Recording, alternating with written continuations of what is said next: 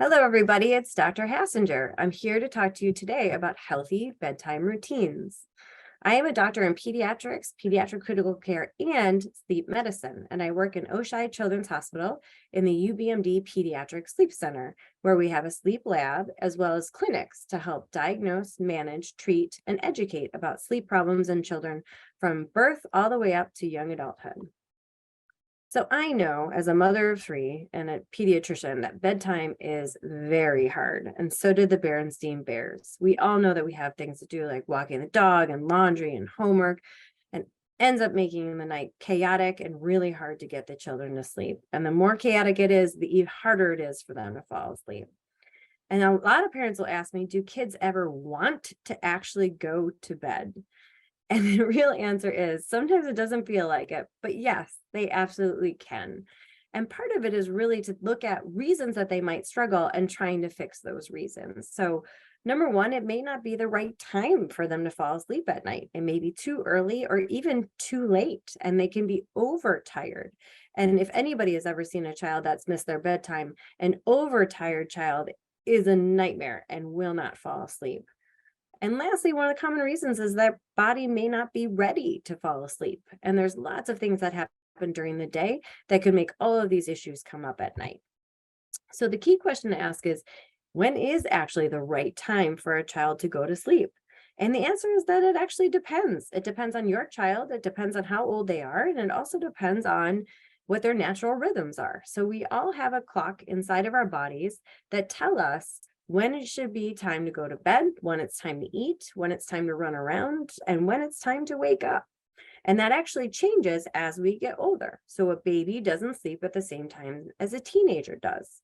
So children who are under 3 years old, they may want to go to bed close to 7 or 7:30.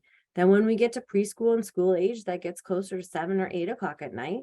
Then we start with pre-adolescence, or those kiddos starting to go through puberty. That gets to be 8 or 9. And then those teenagers, they want to go to bed as late as 11 o'clock at night, or sometimes even later. And that's natural. That's the evolution of the clock inside of their body changing when they want to go to bed at night. And all of you know that a tired child is a hyperactive child. They can't sit still, they can't focus, they don't want to relax. And so the number one way to make it easier at bedtime is to make sure that your child is sleeping enough every day at the same times every day. And so here's a chart that shows you the recommended number of hours of sleep that a child should be sleeping per day. And you can see the taller the chart, the more they need to sleep. So toddlers need to sleep 11 to 14 hours a day, and it goes all the way down to 8 to 10 hours per day for a teenager. And that light blue part tells you how much they should actually be napping. So toddlers should sleep a little bit more in naps during the day than preschool kids should. And then school age and teenagers shouldn't really be napping at all. So it's important to try to make bedtime better to make sure that they're not overtired. And so most of these days we're hitting our goal amount of sleep. But there's a lot of reasons that your child might not be ready for sleep. And one of those things are our bedrooms. There's many things in our bedrooms that tell our body it's actually time to be awake instead of time to go to sleep. Things like a sunlight or bright screens or bright lights. If that room is hot, if it's exciting, there's a lot of fun stuff in there like video games and TVs and toys. If there's noise around the child in their bedroom, if you can hear voices, if you can hear people talking or noises from the washing machine or the street, or really just having any people around them. So if your child sleeps in a room with another person, that can make it really hard for them to fall asleep. And that's because all of these things are potent signs to our body to wake up. And if we see them or hear them, it makes it very hard for you to fall asleep. And so, unfortunately, we need to make sure that where our child is sleeping is the ideal sleeping space. So having no screens in the room, no TV on, no computers in their bed, no phones, and no bright lights. Even if your child is afraid of the dark, just put a nightlight on close to the floor and something that's not blue color, because blue is the same wavelength as the sun. It can actually confuse them and make them feel like it's time for the day, time to be awake.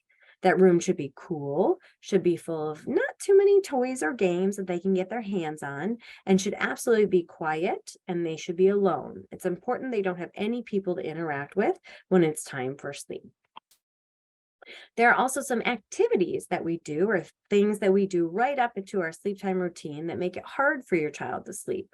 The most common one is something that they may not like to do. So if your child doesn't like taking a bath, then doing a bath right before bedtime can get their heart rate and their blood pressure up and make it really hard for them to relax when it's time to lay down.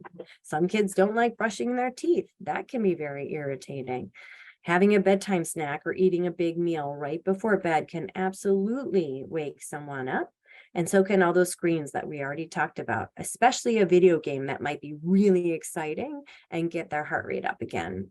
And that infamous late night dance party or running around and being active, that unfortunately can make it very hard for a child to fall asleep. So there's a few quick tips to making sure that the activities that we use in our bedtime routine are not too stimulating. Number one, it should not take more than 30 minutes. If it does, it's actually going to make your child more tired and less likely to fall asleep. I don't get it as a pediatrician or a mom, but that's just the way it is. And if the bedtime routine changes too much from day to day, it's really hard for a child to anticipate what's going to happen, and it makes it harder for them to calm down and harder for them to fall asleep. So that bedtime routine should be built around keeping those irritating things first, having only 30 minutes total of several activities that happen in the same order every night, and there should not be any eating, any screens, or any running around too close to bedtime.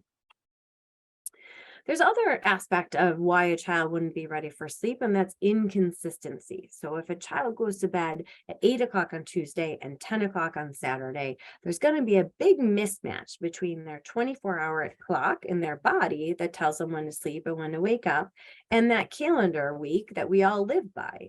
So you can't really have a big difference on Monday, Tuesday, Wednesday, and Saturday and Sunday and still have all of that work seamlessly for the rest of the week. So it's very important that you keep bedtime about the same within a half an hour on the weekends that you do on the weekdays. So here are some really quick tips to healthy sleep bedtime routines. Make sure that bedtime is the right time for your child based on their age, that it's the same every day, so they follow the same pattern every single day, and that it matches what they need to do internally. They sleep in a bedroom that's quiet and cool with no bright lights, no screens, and it doesn't last any longer than 30 minutes. And in the 1 to 2 hours before bed, avoid screens, eating, and running around. That was my healthy bedtime routine tips. I hope that helps you and your children have better night times. Thank you for listening. And if you have any questions, reach out to me, Dr. Hassinger at the UBMD Pediatric Sleep Center. Goodbye.